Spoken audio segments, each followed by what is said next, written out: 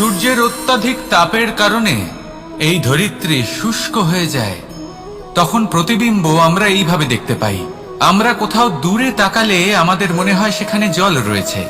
আমরা যখনই কাছে গিয়ে দেখি তখন দেখি যে সেখানে জলই নেই। তারপর যেই আমরা পেছনে ফিরে তাকাই আমরা দেখি যেখান থেকে আমরা এসেছি সেখানে জল পড়ে রয়েছে। এবার এই যে মরুতৃষ্ণা, তা কিন্তু শুধুই ভূমিতে নয়, আমাদের ভাবনা চিন্তার সাথেও এটাই হয়ে থাকে, অনেক সময় হয়ে থাকে। যে ব্যক্তি জল লাভ করার আশায় বসে থাকে সে কখনোই জল লাভ করতে পারে না, কিন্তু যে ব্যক্তি জল লাভ করার আশায় নিরন্তর পরিশ্রম করতে থাকে, ঘাম ঝরায়, সেই ব্যক্তি কোনো মরুভূমিতেও জল লাভ অবশ্যই করে। জীবনে যদি আমরা বড় কিছু লাভ করতে চাই তাহলে নিরন্তর পরিশ্রম করতেই হবে। পরিশ্রমের এই মনোভাব অত্যন্ত গুরুত্বপূর্ণ। এই মনোভাব আর দৃষ্টিভঙ্গি এ হলো অন্তরের গুণ। রূপ এবং প্রসাধন এগুলি হলো বাহ্যিক আবরণ। যে ব্যক্তি রূপের কারণে আপনাকে ভালোবাসে তা প্রকৃত ভালোবাসা নয়, কিন্তু যে ব্যক্তি আপনার আবেগ এবং মানসিকতার জন্য আপনাকে ভালোবাসে তাই হলো প্রকৃত ভালোবাসা।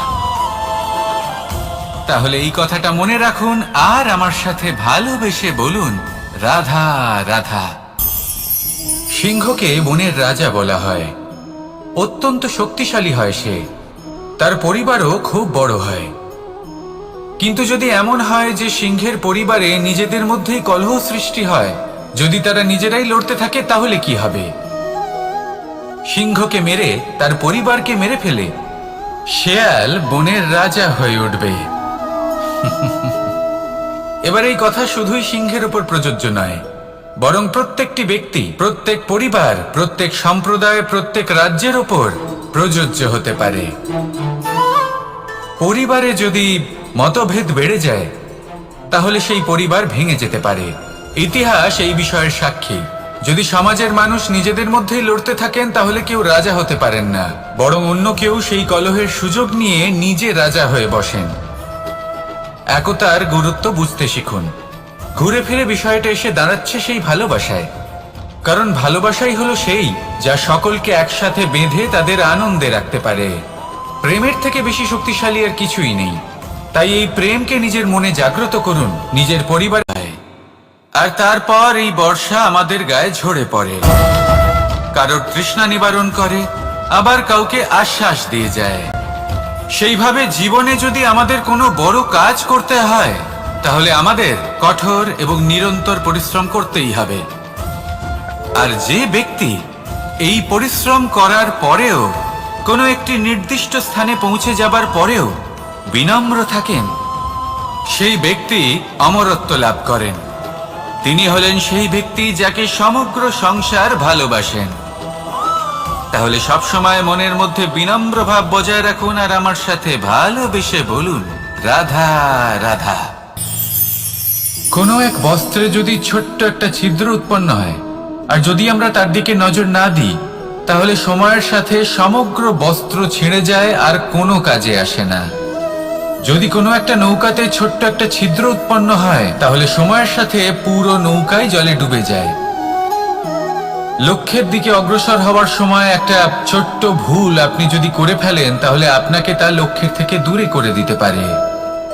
এমনটা এই সম্পর্কের সাথেও হয়ে থাকে। কোনো একটা ছোট্ট কথা, একটা ছোট্ট মনোমালিন্য যদি সম্পর্কে আসে এবং সেটা না মেটানো হয় তাহলে সেই সমগ্র সম্পর্কটা, অনেক বড় বড় সম্পর্ক ভেঙে যেতে পারে। যদি আপনার সম্পর্কে ছোট্ট একটা ছিদ্র উৎপন্ন হয় তাহলে প্রেমের সূচ আর স্নেহের সুতো দ্বারা সেলাই করে ফেলুন, যাতে আপনার এই সম্পর্ক অটুট থাকে এবং প্রেম দ্বারা পরিপূর্ণ থাকে। আসুন আমার সাথে ভালোবেসে বলুন, রাধা রাধা। বর্ষা কখনো অনুভব করে দেখেছেন এই বর্ষা? আকাশ থেকে বর্ষার ফোঁটা ঝরে পড়ে, মিষ্টি ফোঁটা, শীতল ফোঁটা, মনকে পবিত্র করে তোলে, ধরিত্রীর তৃষ্ণা নিবারণ করে, আশপাশটা সবুজে ভরিয়ে তোলে। এবার এইরকম জল আমরা কুয়ো থেকেও পেতে পারি। যদি আমরা ভেবে দেখি যে বর্ষা এবং কুয়োর জলের মধ্যে পার্থক্য কি, তবে পার্থক্য আছে। পার্থক্য হলো ভাগ্য এবং কর্মের। বর্ষা হলো ভাগ্য। প্রকৃতির যখন ইচ্ছে হবে তখন বর্ষা হবে, কিন্তু কুয়ো আমরা এমনি এমনি পাই না। কর্ম এবং পরিশ্রমের দ্বারা একে প্রাপ্ত করতে হয়। এই ধরিত্রীকে খুঁড়তে হয়, অনেক ঘাম ঝরাতে হয়, তবেই আমরা একটা কুয়ো প্রাপ্ত করতে পারি। এবার এই বর্ষা, এটা সারা বছর হয় না, কিন্তু কুয়ো এটা বছরের পর বছর আমাদের তৃষ্ণা নিবারণ করে। এবার এর থেকে আমরা কি শিক্ষা লাভ করি? এটাই যে আপনি ভাগ্যের উপর বিশ্বাস রাখুন, কিন্তু নিজের কর্মের উপর আস্থা রাখুন। কারণ কর্ম এবং পরিশ্রম আপনাকে এই সংসারের যে কোনো শিখরে পৌঁছে দিতে পারে। তাহলে নিরন্তর প্রয়াস করুন, কর্ম করুন, আর আমার সাথে ভালোবেসে বলুন, রাধা রাধা। ইচ্ছে বড়ই বিচিত্র জিনিস। এই ইচ্ছে যদি তা পূর্ণ না হয় তাহলে তা ক্রোধকে জন্ম দেয়, যদি তা পূর্ণ হয় তাহলে লোভকে জন্ম দেয়, যদি সময়ের মধ্যে পূর্ণ না হয় তাহলে শোককে জন্ম দেয়, আর যদি সময়ের পূর্বেই পূর্ণ হয়ে যায় তাহলে অহংকারকে জন্ম দেয়। সকলের ইচ্ছে থাকে, আপনারও অবশ্যই থাকবে, তা অবশ্যই পূরণ করবেন। কিন্তু একটা কথা মনে রাখবেন, আপনার এই জীবন এটা কোনোভাবেই আপনার ইচ্ছে পূরণ করার মাধ্যম নয়। এ হলো ধৈর্য সাধনের এক মাধ্যম, নিয়ন্ত্রণ করার এক মাধ্যম। নিয়ন্ত্রণ নিজের কামনার ওপর, নিজের ইচ্ছের ওপর, নিজের আবেগের ওপর। কারণ ইচ্ছে এটা হলো সেই অশ্বের মতো যা একবার লাগাম ছাড়া হয়ে গেলে আপনার হাত থেকে যদি এই লাগাম বেরিয়ে যায় তাহলে তা আপনাকে সোজা বিনাশের পথে নিয়ে যেতে পারে। কিন্তু যদি আপনি একে নিয়ন্ত্রণ করতে পারেন তাহলে এটা আপনাকে সাফল্যের শিখরে অবশ্যই পৌঁছে দিতে পারে। তাহলে ইচ্ছেগুলিকে নিয়ন্ত্রণ করুন আর আমার সাথে ভালোবেসে বলুন, রাধা রাধা। আমরা আনন্দ লাভের জন্য ভালোবাসি মা বাবাকে, ভাই বোনকে, পরিবার পরিজনকে, বন্ধুকে, প্রেমিকাকে। আমরা চাই যে সকলে যেন আপন হয়ে থাকেন, আমাদের কাছে থাকেন। কিন্তু মানুষের একটা প্রবৃত্তি আছে যে তিনি যা লাভ করে ফেলেন তার মূল্য তিনি বুঝতেই পারেন না। যদি আপনার বাড়ির কাছে একটা মিষ্টি জলের সরোবর থাকে বা সুন্দর নদী থাকে, তাহলে জলের গুরুত্বটা কি আপনি তা বুঝতেই পারবেন না। সেইখানে আপনি যদি কোনো একটা মরুভূমিতে যান, আপনি অনুভব করতে পারবেন যে এক একটা ফোঁটা জলের কি গুরুত্ব, তার মূল্য কি। সুখের মুহূর্তে যদি আপনজনদের মনে রাখেন তবে দুঃখের মুহূর্ত নিজে থেকেই দূরে সরে যাবে। ভালোবাসা এবং তার সাথে স্মরণ করা, এটাই তো হলো জীবনের এবং ভালোবাসার আসল মূল্য। আসুন আর আমার সাথে ভালোবেসে বলুন, রাধা রাধা। ধন মানুষের জীবনের সব থেকে বড় প্রয়োজনীয়তা, সেই অস্ত্র যার দ্বারা মানুষের জীবনের অনেক সংকট দূর করে দেওয়া যেতে পারে, সেই মাধ্যম যার দ্বারা সংসারের সমস্ত জাগতিক সুখ স্বাচ্ছন্দ্য লাভ করা যেতে পারে। কিন্তু ধনের দ্বারা আমরা সবকিছু লাভ করতে পারি না। জাগতিক স্বাচ্ছন্দ্য আমরা লাভ করতে পারি, কিন্তু সুখ লাভ করতে পারবো না। সুখের উপকরণ আমরা লাভ করতে পারি, কিন্তু সুখের অনুভূতি লাভ করতে পারবো না। আনন্দ, সন্তোষ, প্রসন্নতা এগুলো ধন দ্বারা লাভ করা যায় না। কিন্তু হ্যাঁ, আনন্দ, সন্তোষ আর প্রসন্নতার সাথে যদি কোনো কাজ করেন তাহলে অবশ্যই ধন লাভ করবেন। তাহলে আসুন আর এই প্রসন্নতার সাথে বলুন, রাধা রাধা। মানুষ শুধুমাত্র দুই ধরনের ব্যক্তির সামনেই নত হন। একজন হলেন তিনি যাকে তিনি সম্মান করেন, আর আরেকজন যাকে তিনি ভয় পান। এবার কোনো ব্যক্তি যদি আপনার সামনে নত হন তাহলে তার পেছনের কারণ কি? আপনার প্রতি সম্মান নাকি আপনার প্রতি ভয়? সেটা আপনাকেই বুঝতে হবে। যদি আপনি এমন মনে করেন যে তাতে কি যায় আসে, ভয় হোক বা সম্মান, কেউ আমার সামনে নত তো হচ্ছেন, যদি এটা আপনার চিন্তা ভাবনা হয় তাহলে আপনাকে মনে করিয়ে দিই, এই সময় বদলাতে বেশি সময় লাগে না। আজ যে ব্যক্তি আপনাকে দেখে ভয় পাচ্ছে, কাল এই ভয়ের সমাপ্তিও ঘটতে পারে। আবার এমনও হতে পারে যে তার কাছে অত্যধিক শক্তি চলে এলো। অনেক কিছুই হতে পারে। তাই মনে রাখবেন, যে মাথা ভয়ের কারণে নত হয় তা সময় এলে সবার আগে বিরোধিতা করতে পারে, আর যে মাথা সম্মানের কারণে নত হয় আপনার জন্য নিজের শিরচ্ছেদও সে করতে পারে। তাই সকলকে আপন করে নিন, কিন্তু ভয় প্রয়োগ করে নয়। কর্ম করুন এবং সম্মান অর্জন করুন। শুধু এটাই করুন আর আমার সাথে ভালোবেসে বলুন, রাধা রাধা। আমাদের জীবনে গুরুজনেরা, জ্ঞানী মানুষজন সবসময় একটা কথা বলেন, ধৈর্য ধরো। শুধুমাত্র দুটো শব্দ, কিন্তু কতটা বিশাল সেটা বোঝার চেষ্টা করুন। ছোট একটা অস্ত্র হাতে নিন এবং একটা বিশাল পর্বতে নিরন্তর প্রহার করতে থাকুন। ধৈর্য ধরে সেই কাজ করতে থাকুন। এমন একদিন আসবে, এই বিশাল পর্বতে আপনি একটা পথ তৈরি করবেন।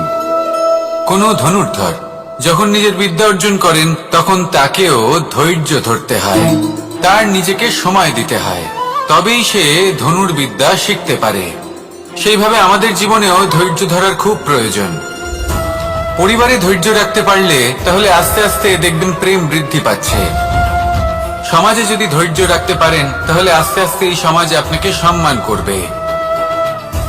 যদি নিজের জীবনে ধৈর্য রাখতে পারেন তাহলে নিজে থেকেই আত্মবিশ্বাস বাড়বে, নিজের বিকাশ হবে।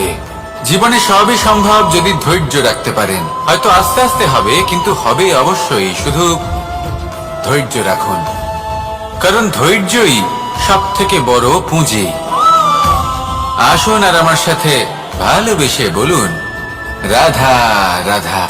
কোন এক সময়ের ঘটনা এটা। মা এবং বাবা হাটে গিয়েছিলেন। তখন আমি আর দাদা গিয়েছিলাম গরু চড়াতে। আমরা বাড়ি ফিরে এলাম, আর মা সেই সময় একটা কাজ করতেন। যখনই হাটে যেতেন দরজা তালা বন্ধ করে যেতেন। উনি খুব ভালো করে জানতেন যে যদি ওনার এই মাখন চোর সঠিক সময় পৌঁছে যায় তাহলে এক ফোঁটাও মাখন আর অবশিষ্ট থাকবে না। এবার ঘটনা কিছুটা এরকম হলো যে মা আর বাবা মাঝে মাঝে হাটে যেতেন, তাই মাঝে মাঝেই দরজা তালা বন্ধ করতে হতো। যখন মা আর বাবা ফিরে এলেন তখন বাবা ভুলে গিয়েছিলেন যে এই চাবির গোছা থেকে ঠিক কোন চাবিটা দরজার তালা খোলার জন্য উপযোগী। উনি চেষ্টা করতে শুরু করে দিলেন। একটার পর একটা চাবি দিয়ে উনি চেষ্টা করতে থাকলেন, কিন্তু সেই দরজার তালা তো খুলতেই চাইছিল না। ওনার মাথা থেকে ঘাম পড়তে শুরু করলো। তখন মা বললেন যে তালা ভেঙে দেওয়া যাক। মা চলে গেলেন, আর বাবা বললেন, না না দাঁড়াও, আর কিছু চাবি বাকি আছে, এটা হয়তো খুলতে পারবো। মা হাতুড়ি নিয়ে চলে এলেন সেই তালা ভাঙার জন্য, আর তখনই বাবা শেষ চাবিটা প্রয়োগ করলেন আর দরজার তালা খুলে গেল। যদি উনি চেষ্টা না করতেন তাহলে এই তালাটাও ভেঙে যেত আর চাবিটাও নষ্ট হয়ে যেত, ঠিক কিনা? এবার এই ঘটনাটা আমি দেখেছিলাম, আর আমার মনে হলো যে কখনো কখনো এই চাবির গোছার মধ্যে থেকে শেষ চাবিটাও কিন্তু জীবনের দরজা খুলে দিতে পারে। সেজন্য আপনি যদি জীবনে সাফল্য লাভ করতে চেষ্টা করেন, নিজের লক্ষ্যে পৌঁছতে চান, তাহলে হার মানবেন না। হয়তো দেখবেন আপনার পরবর্তী প্রচেষ্টা বা এই অন্তিম প্রচেষ্টা আপনাকে সাফল্যের পথে নিয়ে গেল। তাই নিরন্তর প্রচেষ্টা করতে থাকুন, জীবনে সাফল্য লাভ করুন, আর আমার সাথে ভালোবেসে বলুন, রাধা রাধা। কোকিলের ডাক শুনে আমার মন প্রফুল্ল হয়ে ওঠে। কোকিল হলো আমার অত্যন্ত প্রিয়। এরকমই আরো একটা পাখি আছে, কাক। একদিকে কাক, অন্যদিকে কোকিল। এদের মধ্যে বেশি পার্থক্য নেই, কিন্তু কোকিলের কণ্ঠ শুনে সবার মন প্রফুল্ল হয়ে ওঠে। কোকিল যখন সামনে আসে তখন মন শান্ত হয়ে যায়। যখন কাক সামনে আসে তখন মানুষ দূরে পালিয়ে যায়। এমন কেন হয়? কারণ হলো বাণী। কোকিলের বাণী অত্যন্ত মিষ্টি, অত্যন্ত মধুর। সেখানেই কাকের বাণী অত্যন্ত কর্কশ শোনায়, আর কর্কশ বাণী শোনা কেউ পছন্দ করেন না। আপনি নিজেকে জিজ্ঞেস করুন, কোনো ব্যক্তি আপনার সাথে কথা বললে তার বাণী মধুর হলে আপনার ভালো লাগে, আর যদি কর্কশ হয় তার থেকে দূরে চলে যেতে ইচ্ছা করে। তাই নিজের বাণীও এইভাবেই মধুর রাখুন, মিষ্টি রাখুন। এ আমারও খুব প্রিয়। আর এটা তখন হয় যখন মনে প্রেম থাকে। মনের মধ্যে প্রেম জাগ্রত করুন, বাণী নিজে থেকেই মধুর হয়ে যাবে। আর কৃষ্ণ নিজে থেকে আপনার কাছে আসবে আর আপনার সাথে বলবে, কি রাধা রাধা। যখন সূর্যের অত্যাধিক তাপের কারণে এই ধরিত্রী শুষ্ক হয়ে যায়, তখন প্রতিবিম্ব আমরা এইভাবে দেখতে পাই। আমরা কোথাও দূরে তাকালে আমাদের মনে হয় সেখানে জল রয়েছে। আমরা যখনই কাছে গিয়ে দেখি তখন দেখি যে সেখানে জলই নেই। তারপর যেই আমরা পেছনে ফিরে তাকাই, আমরা দেখি যেখান থেকে আমরা এসেছি সেখানে জল পড়ে রয়েছে। এবার এই যে মরুতৃষ্ণা, তা কিন্তু শুধুই ভূমিতে নয়, আমাদের ভাবনা চিন্তার সাথেও এটাই হয়ে থাকে, অনেক সময় হয়ে থাকে। যে ব্যক্তি জল লাভ করার আশায় বসে থাকে সে কখনোই জল লাভ করতে পারে না। কিন্তু যে ব্যক্তি জল লাভ করার আশায় নিরন্তর পরিশ্রম করতে থাকে, ঘাম ঝরায়, সেই ব্যক্তি কোনো মরুভূমিতেও জল লাভ অবশ্যই করে। জীবনে যদি আমরা বড় কিছু লাভ করতে চাই তাহলে নিরন্তর পরিশ্রম করতেই হবে। পরিশ্রমের এই মনোভাব অত্যন্ত গুরুত্বপূর্ণ। এই মনোভাব আর দৃষ্টিভঙ্গি এ হলো অন্তরের গুণ। রূপ এবং প্রসাধন এগুলি হলো বাহ্যিক আবরণ। যে ব্যক্তি রূপের কারণে আপনাকে ভালোবাসে তা প্রকৃত ভালোবাসা নয়। কিন্তু যে ব্যক্তি আপনার আবেগ এবং মানসিকতার জন্য আপনাকে ভালোবাসে তাই হলো প্রকৃত ভালোবাসা। তাহলে এই কথাটা মনে রাখুন আর আমার সাথে ভালোবেসে বলুন, রাধা রাধা। আমার অনেকগুলো নাম আছে আর তাদের মধ্যে একটি হলো যুদ্ধ বিমুখ। এই কথা আপনারা সবাই জানেন। দাদাও আমাকে বলেছেন যে তুমি এরকম কিভাবে যুদ্ধক্ষেত্র থেকে মুখ ঘুরিয়ে পালাতে পারো কানাই। দেখুন, যেটা সময়ের দাবি ছিল আমি সেটাই করেছি। যদি আমি রণভূমি ত্যাগ করে না পালাতাম তাহলে কে জানে কত সৈনিক নিজেদের প্রাণ হারাতেন, কে জানে কতগুলি পরিবার নিজেদের বাঁচার আশা হারাতেন, কে বলতে পারে হয়তো কত প্রাণী এই সংসার ত্যাগ করতেন। আর তাই কখনো কখনো যুদ্ধ বিমুখ হওয়াই শ্রেয়। কখনো জীবনের ক্ষেত্রেও এটা প্রযোজ্য। যদি দূরে চলে গেলে আপনার সম্ভাবনা বৃদ্ধি পায় তাহলে দূরে চলে যান।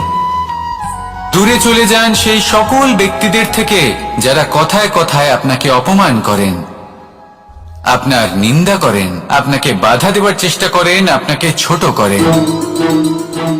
কারণ তাদের সাথে থেকে, সেই সকল ব্যক্তিদের সাথে থাকলে যারা আপনার মূল্য বোঝেন না, আপনি নিজের আত্মসম্মান, নিজের আত্মবিশ্বাস, নিজের ব্যক্তিত্বকে নত করে ফেলবেন।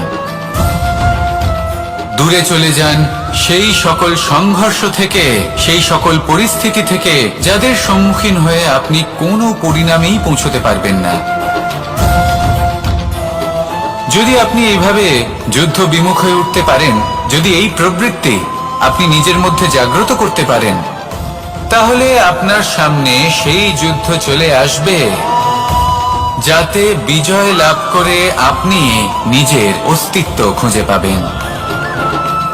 আর সেটাই হলো সবথেকে বড় জয়লাভ। আসুন আমার সাথে ভালোবেসে বলুন, রাধা রাধা। মানুষ নিজের জীবনে সেই সবকিছু লাভ করতে পারে যা সে কামনা করে। শুধু প্রয়োজন হলো ইচ্ছে এবং সিদ্ধান্তের। এবারে ইচ্ছে আসলে কি? সেটা হলো এই মনে প্রকট হওয়া একটি ভাবনা, একটি আবেগ। শুধু তা দিয়ে কিছুই হয় না। যখন সেই ইচ্ছের সাথে দৃঢ় প্রতিজ্ঞা জুড়ে যায় তখন বিষয়টা এগোতে থাকে। একটা উদাহরণ দিই, ধরুন আপনি মরুভূমিতে আছেন এবং আপনি মধুর জল পান করতে চান। এটা হলো শুধুমাত্র আপনার মনের একটি ইচ্ছে। যখন এই ইচ্ছের সাথে সিদ্ধান্ত জুড়ে যায় তখন আপনি সেই মরুভূমিতে গর্ত খুঁড়তে চেষ্টা করেন। আর যখন এই সিদ্ধান্তের সাথে নিষ্ঠা জড়িত হয় তখন আপনাকে সেই জল লাভ করার থেকে কেউ বাধা দিতে পারে না। ইতিহাস এটার সাক্ষী, যিনি নিশ্চিত করেছেন তিনি সেই সব কিছু লাভ করেছেন যা তিনি লাভ করতে চেয়েছেন।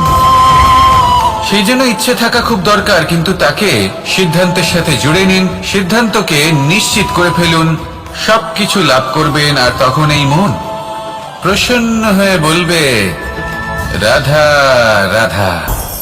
বনের মধ্যে যদি আপনি কোনো বিষাক্ত সাপ দেখেন তাহলে কি করবেন? আপনি তখনই তার থেকে দূরে পালাতে চেষ্টা করবেন। আর এটা কেন করবেন? নিজের রক্ষার্থে। এই কথা আমি নয় মেনে নিলাম, কিন্তু নিজের জীবনে এটা করেন না কেন?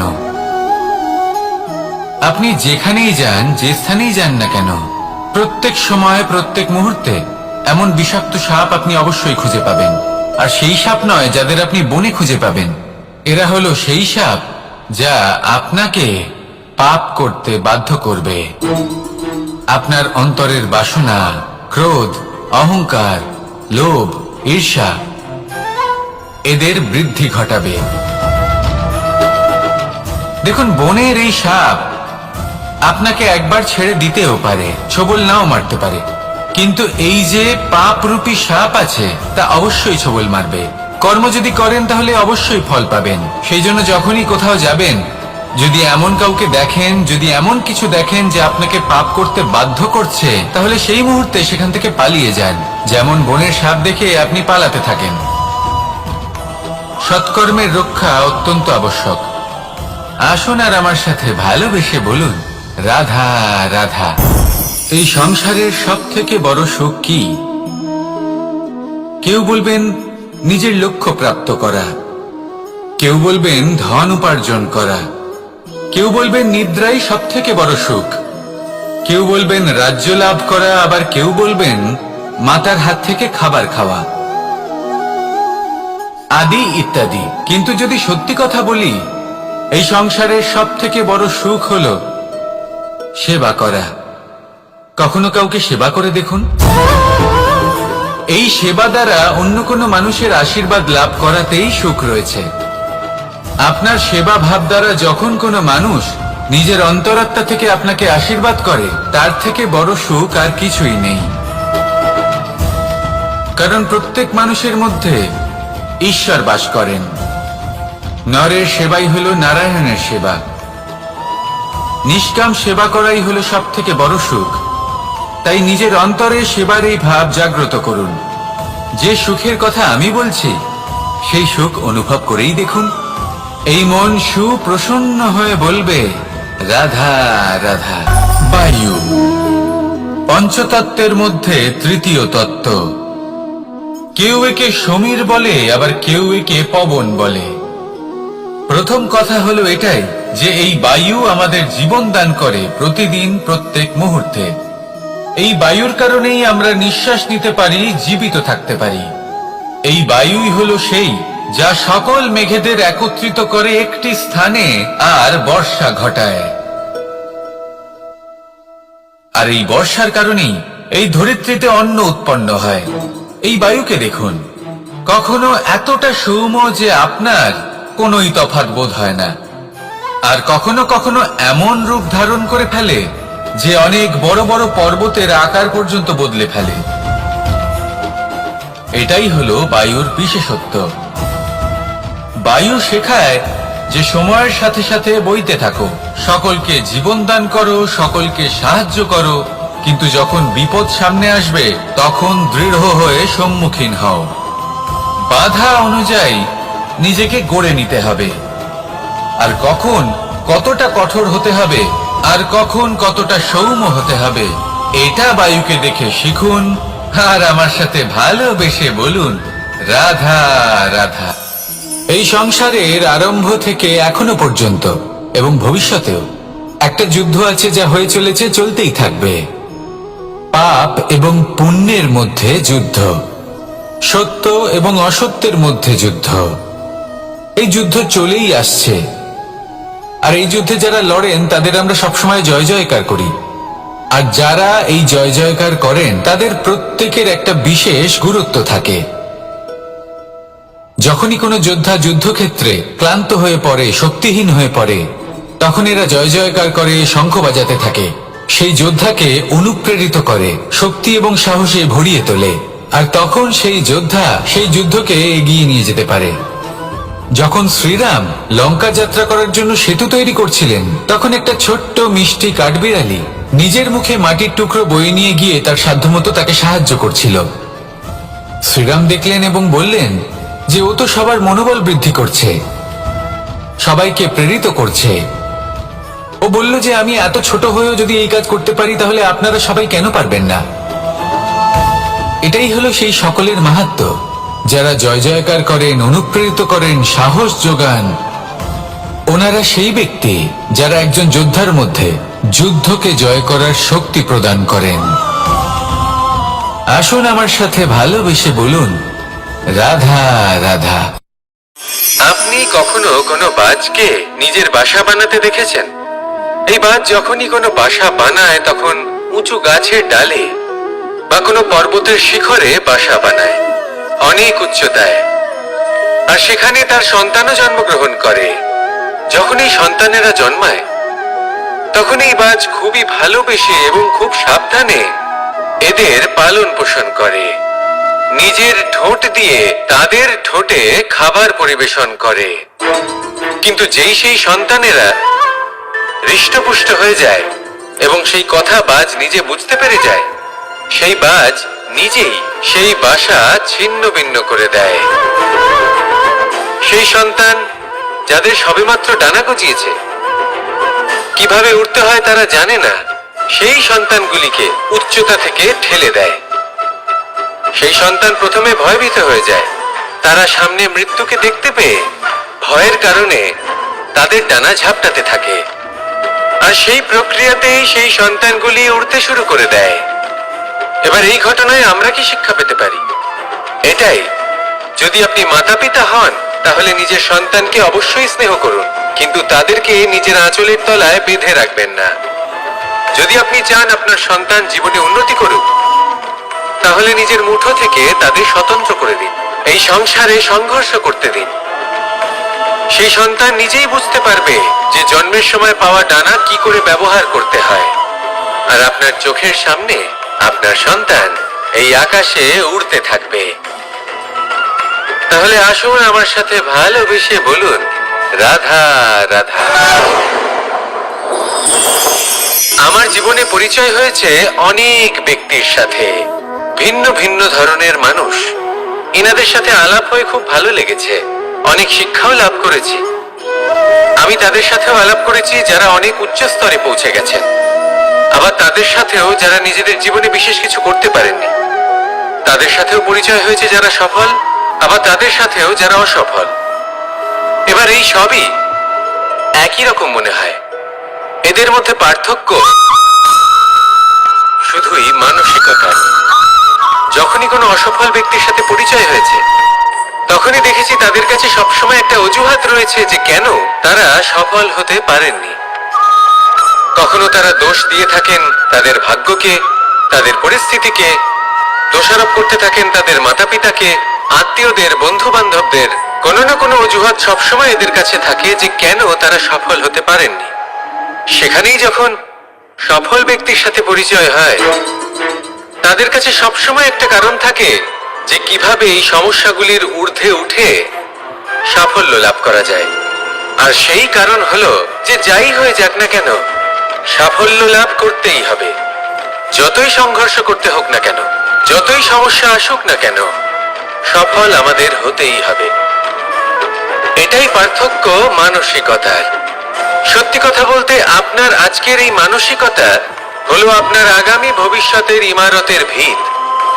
এই মানসিকতা যতটা প্রবল হবে, যতটা শুভ হবে, আপনার ভবিষ্যৎ ততটাই বিশাল এবং সুন্দর হবে।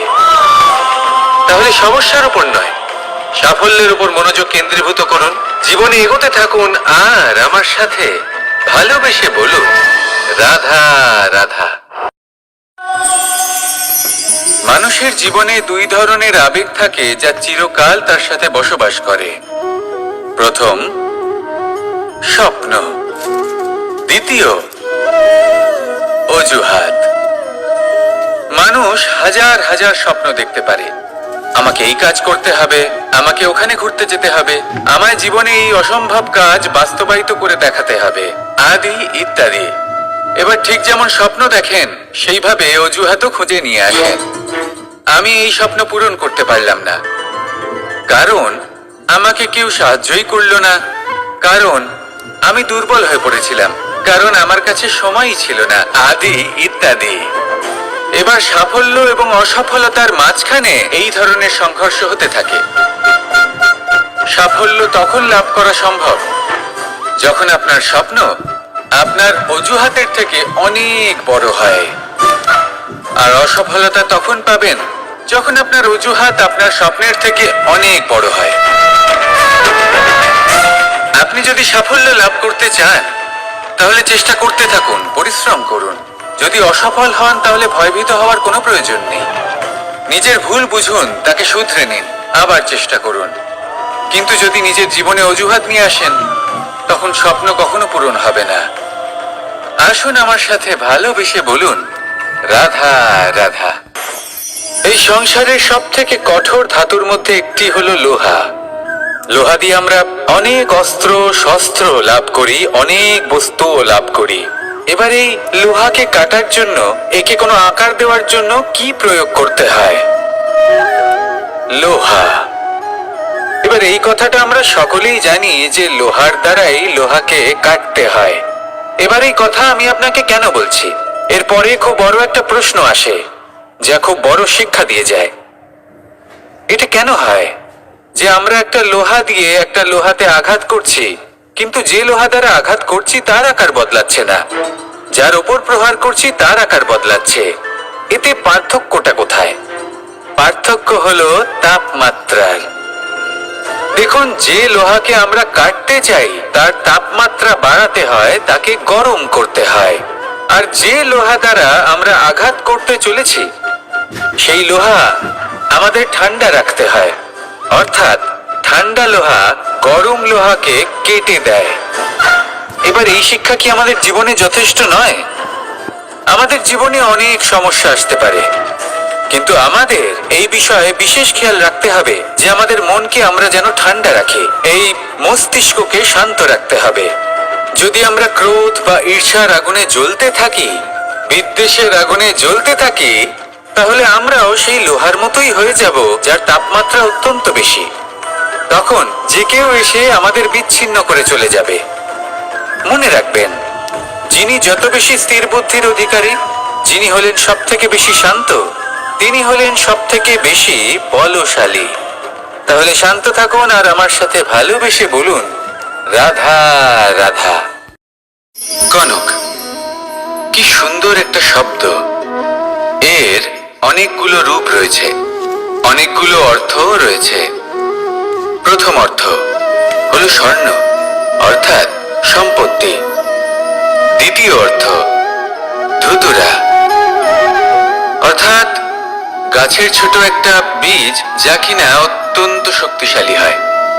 যদি বেশি মাত্রায় এর প্রয়োগ করা হয় তাহলে এটা বিষময় হয়ে উঠতে পারে। এই হলো সেই ধুতুরা যার প্রয়োগ মহাদেবের পুজোতে করা হয়। এবার প্রশ্ন হলো এটাই যে এই স্বর্ণ এবং এই ধুতুরার মধ্যে মিল কি রয়েছে? মিল হলো এটাই যে এই দুটোই মানুষকে মত্ত করে তোলে। ধুতুরা মানুষকে তখন মত্ত করে যখন তাকে সেবন করা হয়, কিন্তু স্বর্ণ, ধন, সম্পত্তি, মানুষ এটা যতটাই অর্জন করে নেয় সেটাই যথেষ্ট। এই স্বর্ণ মানুষের ভাবনা চিন্তা করার ক্ষমতাকে বশ করে ফেলে। মানুষ সম্পত্তির লোভে মত্ত হয়ে ওঠে, কারণ যে যত চমৎকারী, যতটা অমূল্য হয় তাকে সামলানো কিন্তু ততটাই কঠিন, তাই না?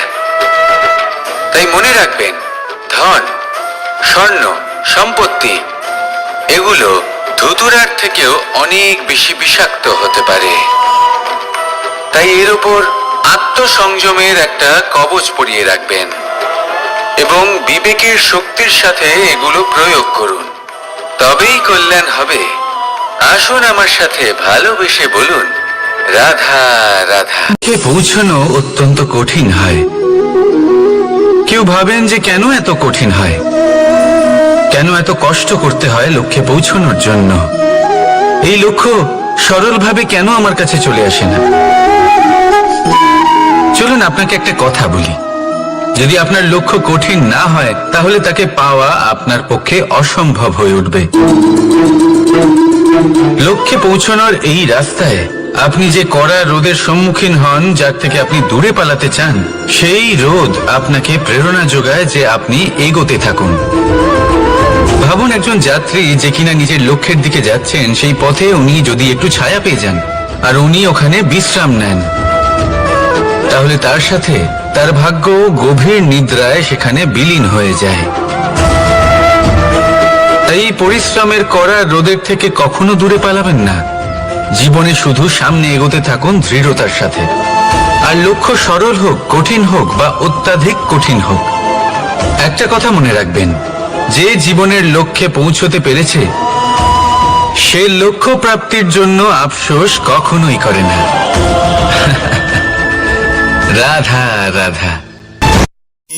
এই সংসারে সাফল্য লাভ করার জন্য জ্ঞানের প্রয়োজন হয়, পরিশ্রমের প্রয়োজন হয়, দৃঢ় নিষ্ঠার প্রয়োজন হয়, নিরন্তর চেষ্টা করা প্রয়োজনীয়। কিন্তু আরো কিছু আছে যা অত্যন্ত প্রয়োজনীয় এবং গুরুত্বপূর্ণ। তা হলো ভালো বন্ধু। তাদের থাকা অত্যন্ত প্রয়োজনীয়। যদি ভালো বন্ধু থাকে তাহলে সময় এলে তারা ঢাল হয়ে আপনাকে সুরক্ষা করবেন। সময় এলে অস্ত্রের মতো শত্রুকে সংহারও করবেন।